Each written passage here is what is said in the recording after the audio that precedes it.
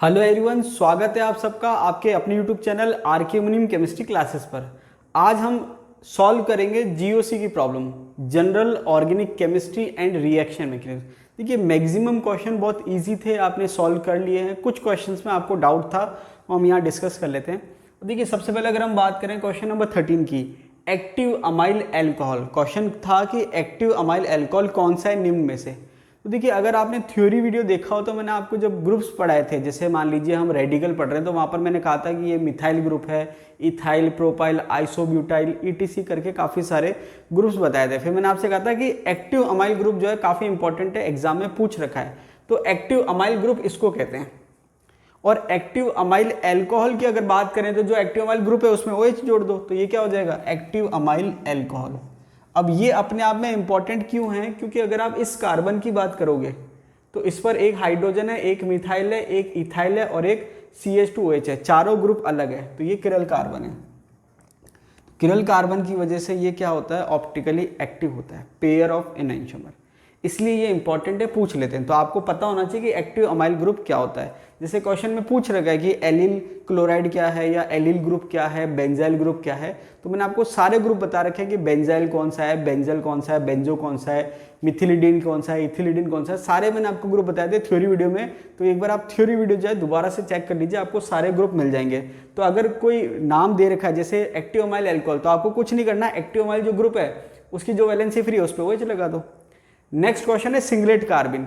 तो देखिए सिंगलेट कार्बिन जो है आरपीएससी ने क्वेश्चन पूछ रखा है। अब कार्बिन की अगर बात करें तो मैंने आपको थ्योरी वीडियो जब पढ़ाया था तो वहां पर मैंने आपसे क्वेश्चन पूछा था कि जो कार्बिन है सिंगलेट और ट्रिपलेट, उसका हाइब्रिडाइजेशन और स्ट्रक्चर क्या होगी। देखिए मैक्सिमम का देखिए हाफ आंसर तो बिल्कुल सही है, कोई दिक्कत नहीं, लेकिन जो दूसरा हाफ है उसका आंसर क्या, मैं आपको थोड़ा क्लियर कर देता हूँ। वैसे मैक्सिमम का आंसर सही है। अगर हम बात करें सिंगलेट कार्बिन की, तो सिंगलेट का मतलब है कि जिसमें अनपेड इलेक्ट्रॉन की संख्या 0 होती है उसको सिंगलेट कहते हैं। तो सिंगलेट जो है इसको मल्टीप्लिसिटी कहते हैं। तो मल्टीप्लिसिटी जो होती है जितने नंबर ऑफ अनपेड इलेक्ट्रॉन है उससे जो है उसके एक ज्यादा होती है। तो अगर मैं कह रहा हूं सिंगलेट है इसका मतलब अनपेड इलेक्ट्रॉन 0 है। अगर मैं कह रहा हूं डबलेट है तो अनपेड इलेक्ट्रॉन 1 है। अगर मैं कह रहा हूं ट्रिपलेट है तो अनपेड इलेक्ट्रॉन 2 है। तो यहां पर अगर मैं कह रहा हूं सिंगलेट कार्बिन, तो सिंगलेट कार्बिन का मतलब अनपेड इलेक्ट्रॉन की संख्या 0 है।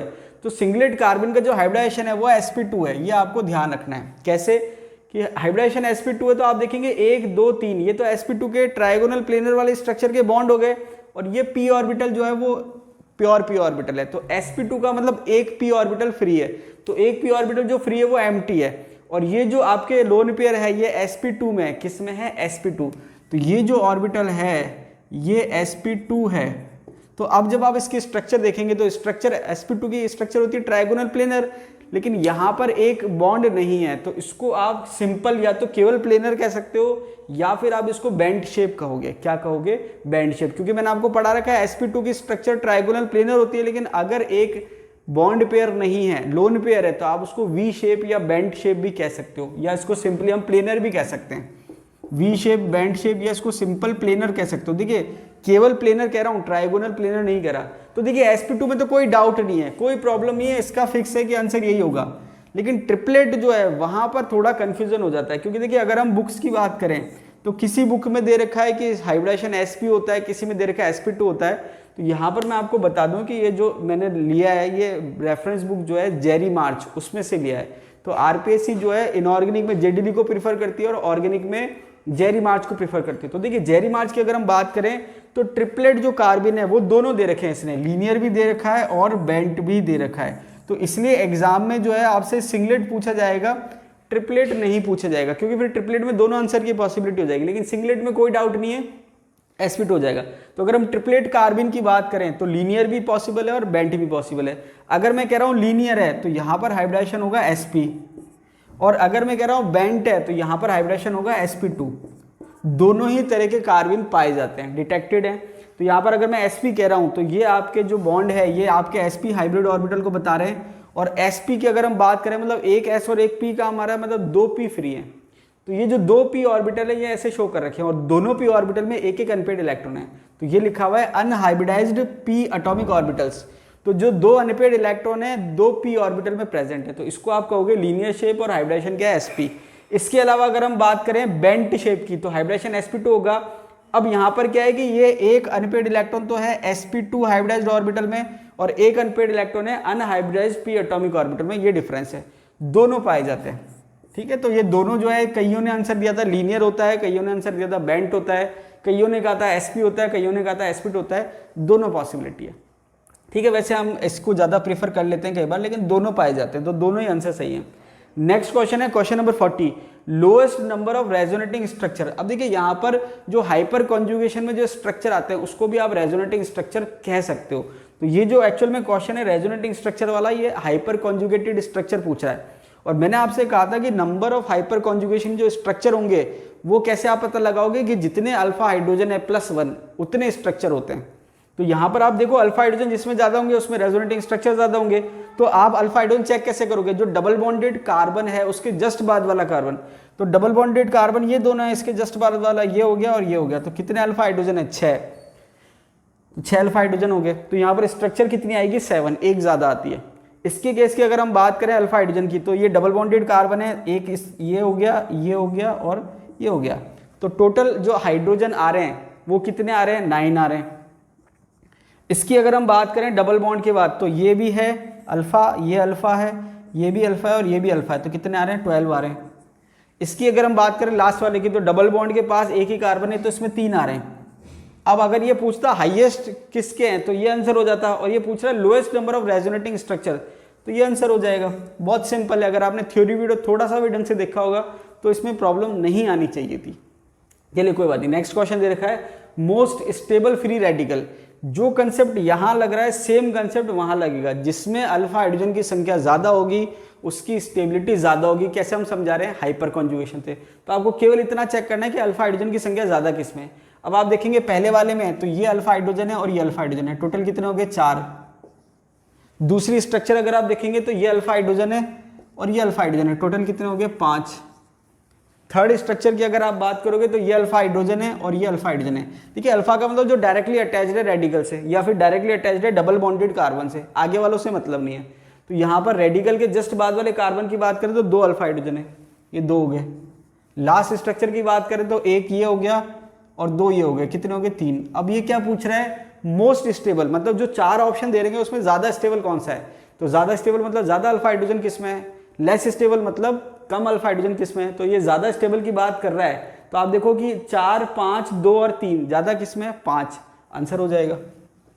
तो यहां पर आपको आंसर हाइपर कॉन्जुगेशन से निकालना है, इंडक्टिव इफेक्ट से नहीं निकालना है। नेक्स्ट क्वेश्चन ये है कि एनिलीन में अगर आप ब्रोमीन ऐड करोगे तो उसकी बेसिक प्रॉपर्टी पे क्या फर्क पड़ेगा।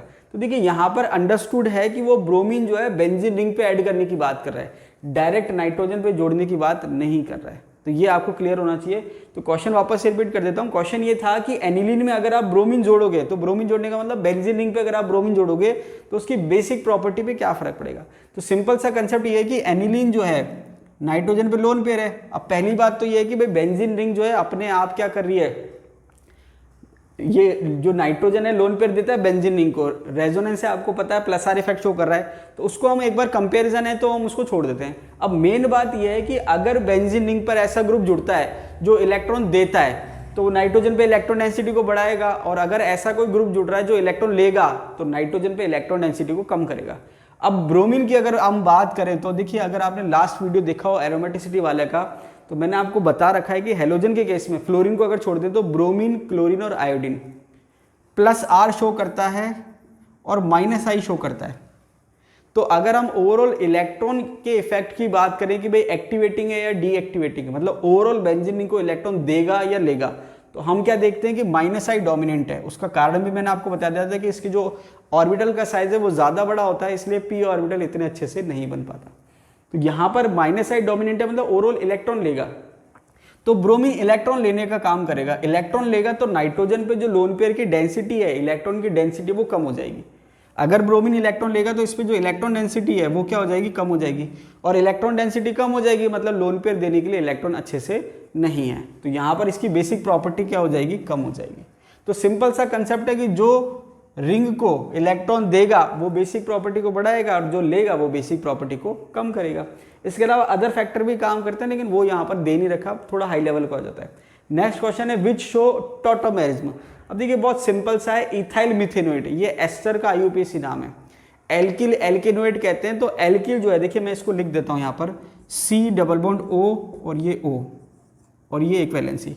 तो अगर नाम है एल्किल एल्केनोएट, तो जो एल्किल है वो ऑक्सीजन से जुड़ी हुई जो स्पीसीज है उसके लिए हम काम में लेते हैं। तो इथाइल है तो इथाइल आ जाएगा यहाँ पर OC2H5 और आगे लिखा हुआ है मिथेनोएट, मतलब एक कार्बन है तो मिथेनोएट जो है वो ये हो जाएगा H। तो एल्किल जो है वो इस वाले स्पीसीज की बात हो रही है और एल्केनोएट जो है वो इस वाले स्पीसीज की बात हो रही है।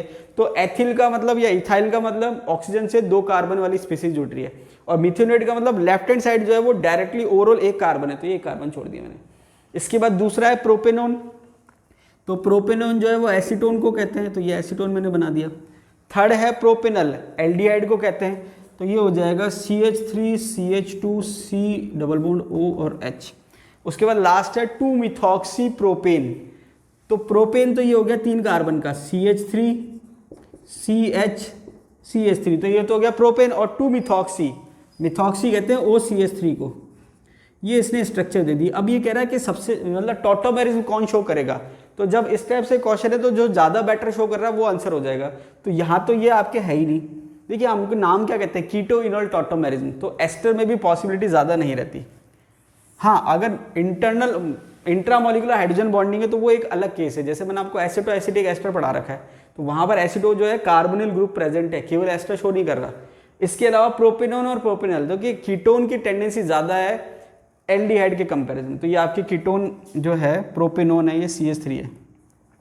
तो कीटोन की जो है टॉटोमेरी शो करने की टेंडेंसी ज़्यादा है कंपेयर टू एल्डिहाइड, तो आंसर जो होगा वो हो जाएगा प्रोपेनोन। तो देखिए यहाँ पर बहुत ज़्यादा कोई टिपिकल क्वेश्चन नहीं है, आपको अकॉर्डिंग टू ऑप्शन चलना है। तो ये जो आपकी जो डाउट्स थे GOC में वो मैंने यहाँ पर आपको क्लियर करवा दिए हैं। ये थोड़ा सा डाउट रह गया था, ये मैंने आपको अच्छे से क्लियर कर दिया। जेरी मार्च में से मैंने आपको बताया, तो ये तो नो डाउट सिंगलेट sp2 है, लेकिन जो ट्रिपलेट है वो आपके sp भी हो सकती है और sp2 भी हो सकती है। नॉर्मली sp2 कहते हैं, लेकिन फिर भी हमको ध्यान क्या रखना है कि भाई sp2 मैक्सिमम केस में अगर फिर भी मान लीजिए इसमें आपको 2 में से एक को चूज करना हो तो आप sp2 को चूज करेंगे, और अगर ऑप्शन है तो sp भी हो सकता है। तो जेरी मार्च में दे रखा है कि दोनों तरह के ट्रिपलेट कार्बन पाए जाते हैं, बेंट भी पाए जाते हैं और लीनियर भी पाए जाते हैं। तो इस टाइप से क्वेश्चन अब पूछने से आरपीएससी बचेगी, ये जरूर पूछेगा, तो इसमें कोई डाउट नहीं है। तो ये जितने डाउट थे आपके GOC के वो हमने यहाँ डिस्कस कर लिए हैं। इसके अलावा भी कोई डाउट हो तो आप पूछ सकते हो, कोई प्रॉब्लम नहीं है। तो आज के लिए इतना ही, मिलते हैं अगले वीडियो में, तब तक के लिए धन्यवाद।